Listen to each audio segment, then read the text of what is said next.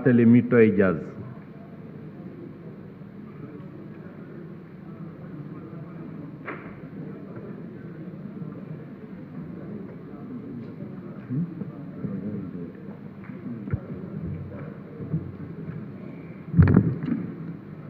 Monsieur le ministre des Forces armées, Monsieur le ministre de l'économie, Monsieur le ministre chargé des relations avec les assemblées, ainsi que vos chers collaborateurs, je vous salue respectueusement. Chers collègues députés, veuillez recevoir mes salutations distinguées. Monsieur le ministre, vous me permettrez de vous interpeller sur ce que je considère comme étant un scandale. Parce que dans une république qui se respecte, quand des forces de défense et de sécurité disparaissent, il y a un problème. Vouloir nous faire croire qu'un gendarme s'est noyé, on peut le comprendre. Vouloir nous faire croire que 2 gendarmes sont noyés, ça commence à faire un peu gros, Monsieur le ministre. Monsieur le ministre, quand on nous fait croire qu'il fallait enterrer M. Fulbert Sambou sans autopsie, parce que le corps était en état avancé de putréfaction, Monsieur le ministre, je crois que si vous allez dans le dictionnaire pour chercher la définition d'autopsie, vous verrez que l'autopsie est un examen de toutes les parties d'un cadavre pour étudier les causes de la mort. Donc, l'autopsie a une raison d'être. Et on vous dit que l'autopsie, on cherche à faire parler le corps en cas de mort suspecte. Et nous sommes dans ce cas de figure. Monsieur le ministre, est-ce que vous pouvez nous dire concrètement, en tant que ministre de tutelle, qu'est-ce que vous comptez faire pour éclairer la lanterne des Sénégalais sur ce que moi je considère comme étant un assassinat? Je peux me tromper, mais je ne le crois pas. Parce que je vous le dis honnêtement et respectueusement, je ne vois pas comment 2 militaires formés peuvent ensemble se noyer. Alors, tout ceci, pour ne pas dire tout cela, pourquoi? Nous avons tous dit ici, pour une histoire de 3e mandat. C'est de ça qu'il s'agit. Alors, pour une histoire de 3e mandat, il faut que la République se mette au garde à vous pour ceux qui le désirent. Alors moi, je souhaiterais interpeller respectueusement les forces de défense et de sécurité. Je vous invite à ne pas rentrer dans ce débat. C'est un débat purement politique. C'est un débat qui appartient aux politiques. Et je considère aujourd'hui, Monsieur le ministre, que vous n'avez pas, vous aussi, le droit d'engager les forces de défense et de sécurité dans ce débat. Parce qu'aujourd'hui, il y a un sérieux problème. Le problème, je le répète, les gens ne peuvent pas se lever et disparaître comme ça. Il est temps que, 1, ça cesse, et que 2, qu'on apprenne à communiquer. Nous avons tous entendu ici le procureur parler. Mais le procureur, pour l'instant, il n'a pu convaincre personne. Parce que le procureur lui-même, il est suspect. Et Monsieur le ministre, Fulbert Sambou a disparu, il est mort. J'ai dit que je pense qu'on l'a assassiné. Mais où se trouve l'adjudant-chef Didier Badji? Il est où? Sa famille a fait un point de presse. Sa famille s'est offusquée du fait que ni la gendarmerie, ni le procureur n'ont eu à les appeler même pour les informer de quoi que ce soit. Est-ce que vous considérez, Monsieur le ministre, que cela est digne d'une République qui se respecte? Si Fulbert Sambou était votre fils, si Didier Badji était votre fils, est-ce que vous pensez qu'il mériterait ce sort? Donc, Monsieur le ministre, nous vous invitons franchement à respecter l'intelligence des Sénégalais, parce qu'on ne peut pas croire qu'un gendarme qui est membre de l'IGE, un autre gendarme qui travaille au niveau des renseignements militaires peuvent tous les 2 disparaître subitement. Ce n'est pas possible. Je suis désolé. Et je pense aujourd'hui que personne n'en vaut la peine.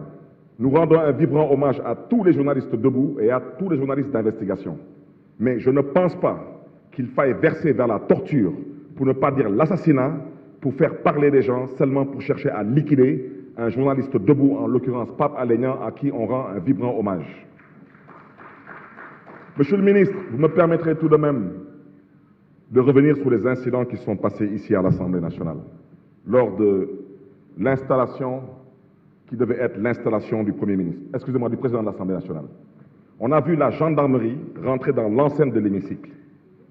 Il faudrait bien que quelqu'un nous dise qui a donné des ordres.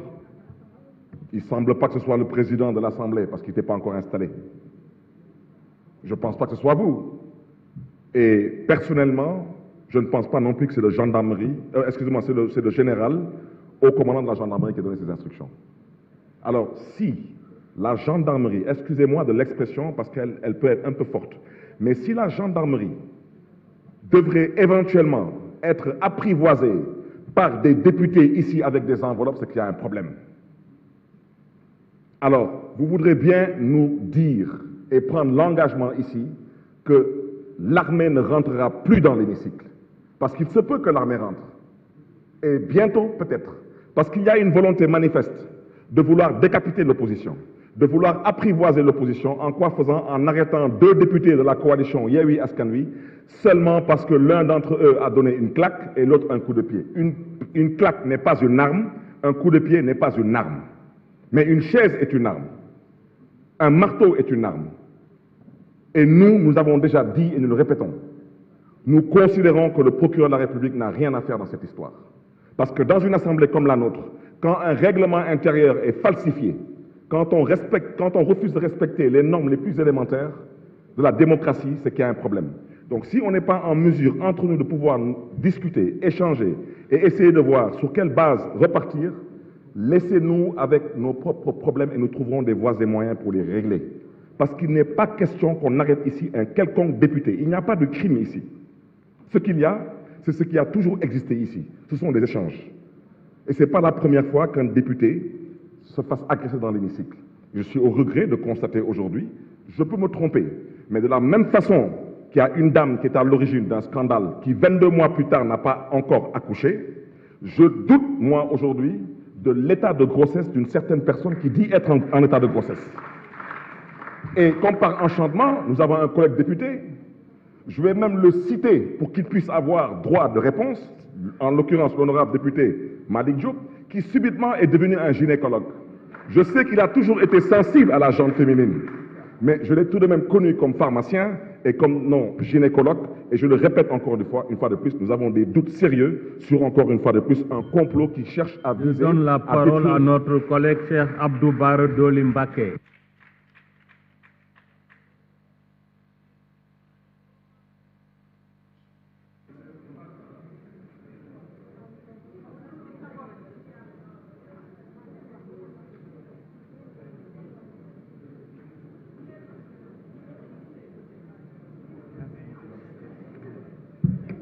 Merci, Monsieur le Président de l'Assemblée nationale. Monsieur le ministre des Forces armées, maa ngi lay nuyu.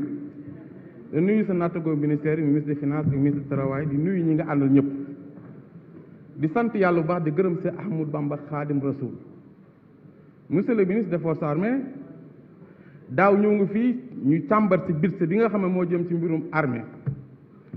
bi ma rendre hommage le président Abdoulaye Wade à 2017 bi ñu askanu Touba tànnee dañoo daje këram mu waxtaan ak ñun Mamadou Lamine Diallo fekk na ko Pape Diop fekk na ko Mamadou Diop Decroix fekk na ko ak sëñ Cheikh Bara Dolly mu ne bu ngeen demee na ngeen nekk ay député république du Sénégal pas député de parti. Le président Abdoulaye Wade moo ma waxoon loolu.